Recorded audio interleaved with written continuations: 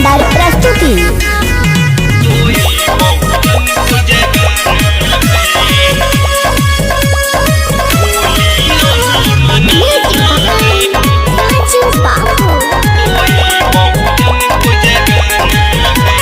जब तक सच का पता नहीं था हमने बहुत नादानी की, झूठी बातों में आकर के कितनी ही मनमानी की।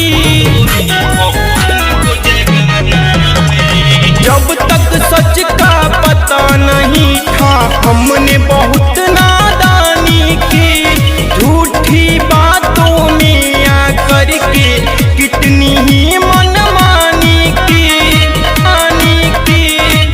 धीरे धीरे पग को अपना धाम की ओर बढ़ाना है, धीरे धीरे पग को अपना धाम की ओर बढ़ाना है।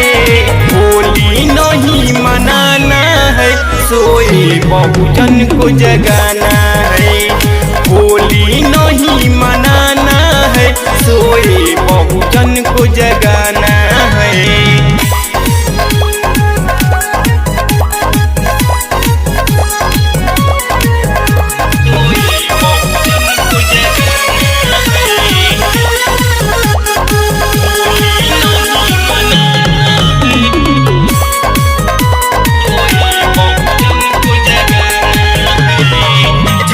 हो त्योहार समझते वही तुम्हारी हार है।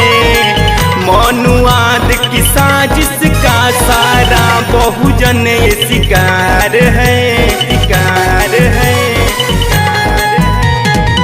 जिसको हो त्योहार समझते वही तुम्हारी हार है। मनुवाद की साजिश का सारा बहुजन शिकार है। बुद्ध कबीर की बाणी को हम जन जन तक पहुँचाना है। ब्राह्मणवाद के चंगुल से पाचासी को मुक्त कराना है। होली नहीं मनाना है, होली नहीं मनाना है, सोए बहुजन को जगाना है। होली नहीं मनाना है, सोए बहुजन को जगाना है। आप सुन रहे हैं बलिया फिल्म्स की शानदार प्रस्तुति।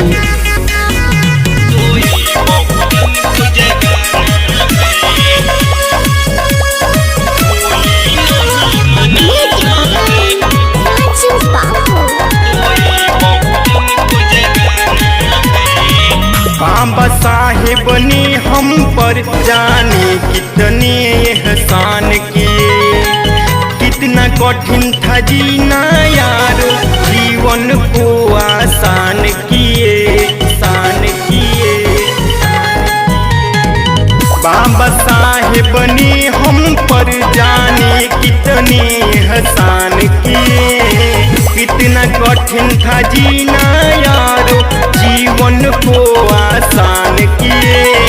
लवई बिरसा कांसी राम का सपना मिलके सजाना है। फूले साहो पेरियार की बातों को अपनाना है। होली नहीं मनाना है, होली नहीं मनाना है, सोए बहुजन को जगाना है। होली नहीं मनाना है, सोए बहुजन को जगाना